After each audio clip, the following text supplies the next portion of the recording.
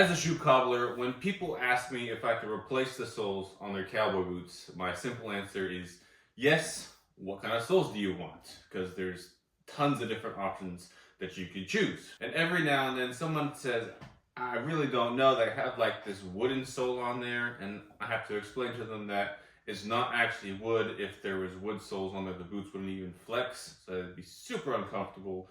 But most standard cowboy boots come with leather soles. And they tend to be extremely slippery, but that is by design. Before the invention of rubber soles and heels, all they had was leather soles, leather heels, and sometimes they'd actually put a whole bunch of steel nails in the heel itself to prevent it from wearing down as fast. So leather was kind of the only option they had, but it being slippery kind of worked in their favor because cowboys, when they wore cowboy boots, they're riding horses, the leather allowed them to get in and out of the stirrups fairly easily. They had rubber on there, like nowadays if you try to ride with a rubber sole, you're going to get caught in the stirrups a lot easier compared to if you just had the leather soles. And then as well, people who wear cowboy boots these days like the leather soles because when they're two-stepping, they're dancing, they can slide across the dance floor a lot easier than if you had rubber soles on your cowboy boots. So what if you aren't riding horses or you aren't dancing in your cowboy boots and you find these leather soles extremely unsafe and you don't want to fall and break a hip? What can you do? Well, the first option is to replace the entire leather sole with a full rubber sole, which I do all the time. But if you don't want to spend upwards of $200 to get your soles replaced on your boots, putting sole guards, or some people call them overlays, sole savers, on your boots is a great and cheap and easy way to get more life out of your boots, add some traction, and make it easier to resole in the future, because when this piece wears off, we just peel it off and put a new piece on. Now this is, again, a thin rubber half sole that goes right about there. We glue it on, we shape it to the boot, and this protects the stitching that holds the soles on, and again, gives you more traction, durability, and it's easier to resole when the time comes. So here we have 3 pairs of cowboy boots. We have the Tacovas, these are Cody James, and these are Chisos. We're gonna be doing 2 standard Vibram 2028 sole guards on these guys, and these ones we're going to do something a little fun. I'm not going to show you till the end. Make sure you watch to the end of the video so you can see what we're going to do with these ones. It's going to actually be really cool. First, we're going to start these Cody James. These are green in like a black, I believe it's called Piraku. I'm probably butchering that pronunciation, but it's basically a fish skin, and it's a really cool leather. And again, he wanted to put sole guard. So the first step is we have to mark out where we want this to line up with the sole. First off, you can kind of see this is a line right there that's supposed to be joining up with this. It has a little bit of a overhang, I'm guessing from when they came out of the rubber mold. So I'm just gonna carefully cut off that overhang. I'm gonna kind of sand this a little bit more flat. Now this is our Vibram 2028 sole guard. It's nothing crazy thick. It only comes in black, and this is pretty much the standard sole guard we put on all cowboy boots. Unless you specifically ask for something else, this is what we're going to use. Now we have to cover his wear pattern. So you see, so the wear pattern kind of comes in here and all that stuff. Unfortunately, we're going to lose the Cody James stamp, but we want to make sure that this sole guard does its job and protects the sole itself. So I think we're going to come right about there. And I'm going to take my razor blade and score right along there. And then that'll make a line for me to follow. Now, I went right over a nail there, so I'm going to have to be really careful. I'm going to remove this nail, and then we're going to cut a small little channel, a notch in this area, so that this will sit flush into the sole and not just sit on top of it.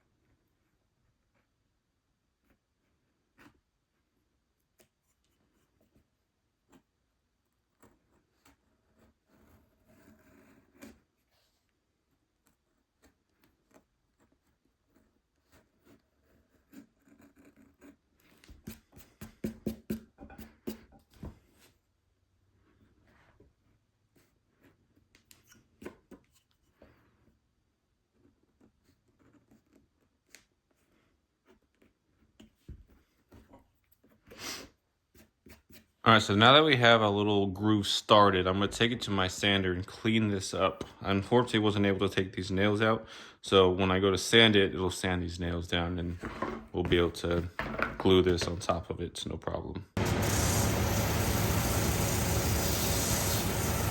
Now that we have the sole prepped for the sole guards, you can see I lightly sanded, didn't break any of the stitching. The stitching was countersunk, so it was very easy to not hit that.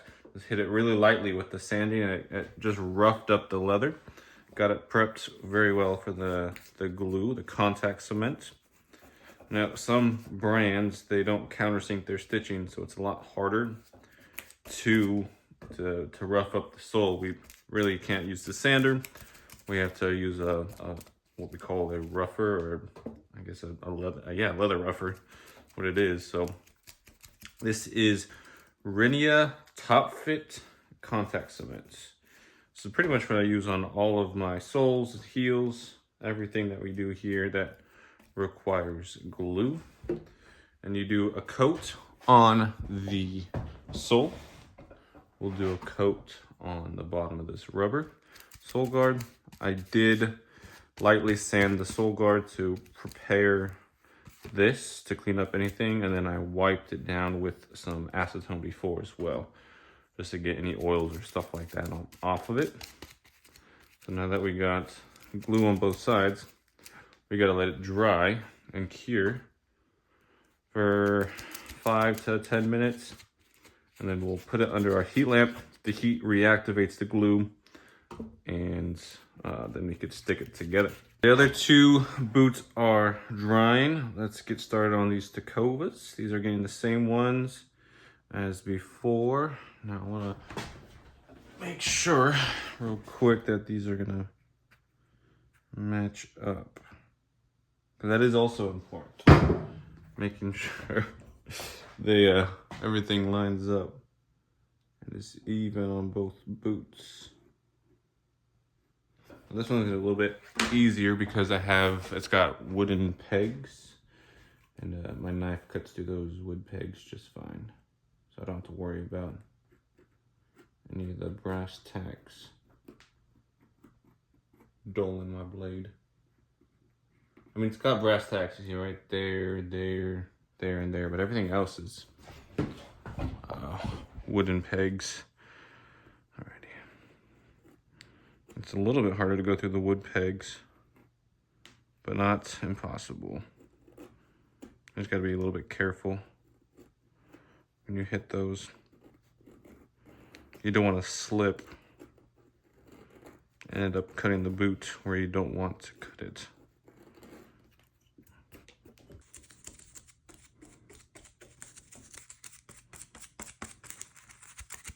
Okay, moment of truth. We want the Vibram logo to be centered as best as possible up here near the toe. Down here doesn't have a logo, so we don't really need that centered, but we don't want a gap. We want this to be as clean as possible. And then just bring that down there. Oh, that Vibram logo is right there at that toe. That's the unfortunate thing with these size ones. That logo is so far up there. If you have a smaller boot, that's gonna be right at the toe.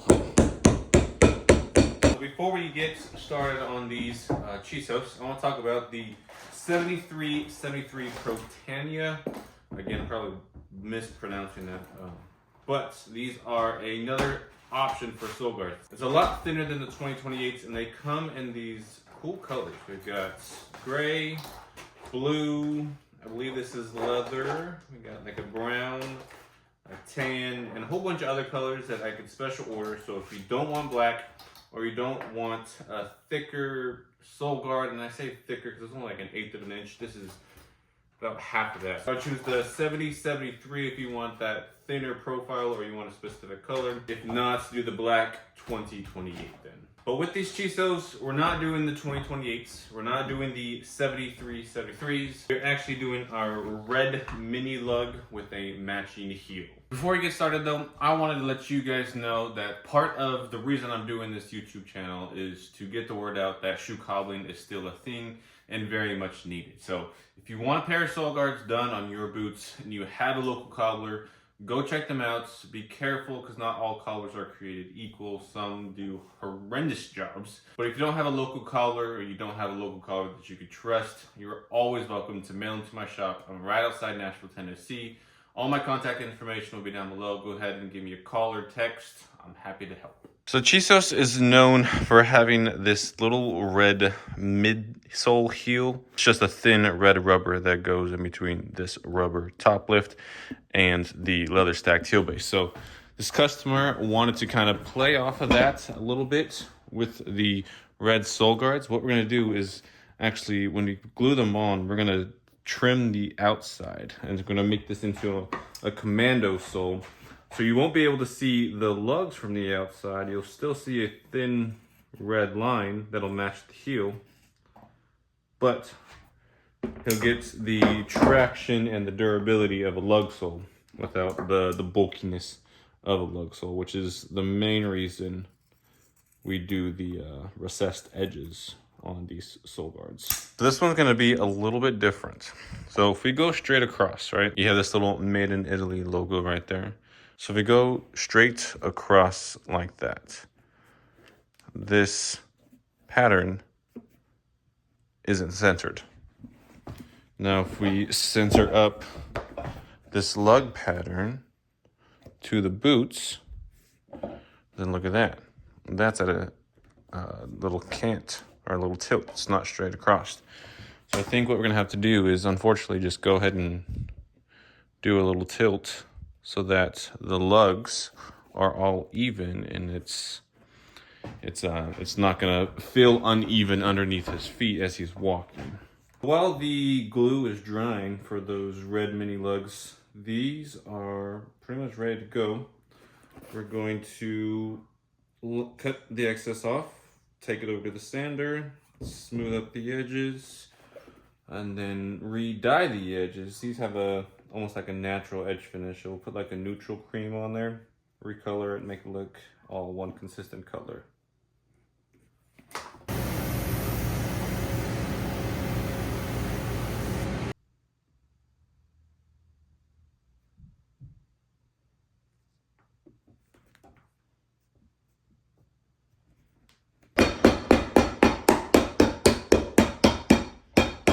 With these mini lugs, they are kind of thicker than the 2028s and the 73s.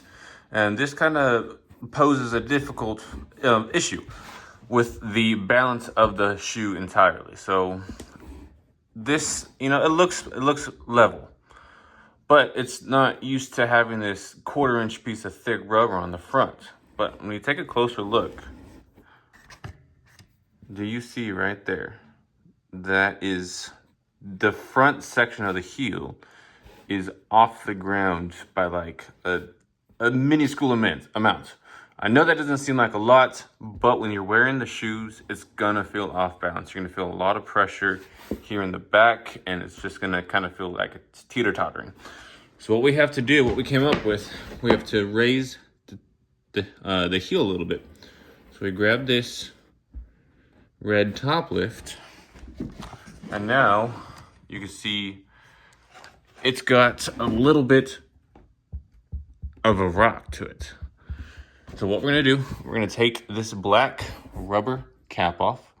We're gonna put another layer of leather onto the red rubber, and then we're gonna put this red rubber top lift on top of it. So it'll be kind of like a leather, red kind of deal. And the boot will be balanced properly. While the glue dries for the heels, we can go ahead and do our recessed edges. Now this is what it would look like if we didn't.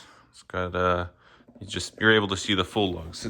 It's a cool look, but it gives kind of a chunkier boot vibe, I guess. So We recess the edges, which means we're going to cut about 1/2 inch all the way around the lugs, and we're going to sand it flush, and that'll give the boot less of that chunky vibe and make it more of like a casual, dressy style boot instead of a rugged,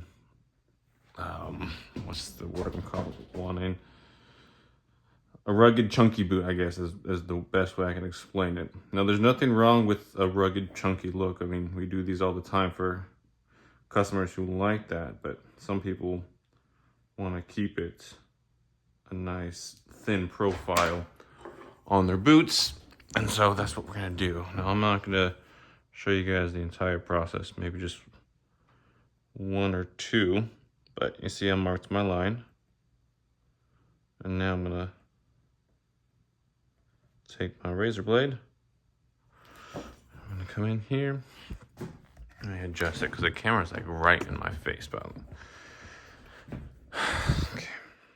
I gotta be really careful. I don't want to cut too far in to the lugs that are gonna stay there, so just gotta be extremely cautious with how much pressure I put onto the knife. Oh, and there you go. First 2 little lugs are out. Let's do the second one for you guys, and then I'll kind of fast forward it for you.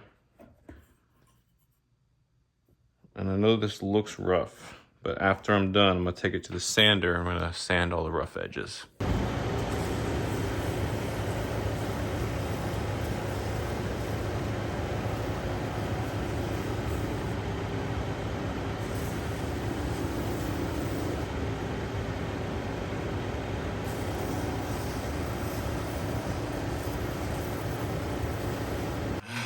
Let me tell you guys, these took a whole lot longer than I thought I was going to. These 2, fairly simple, easy done, ready to go.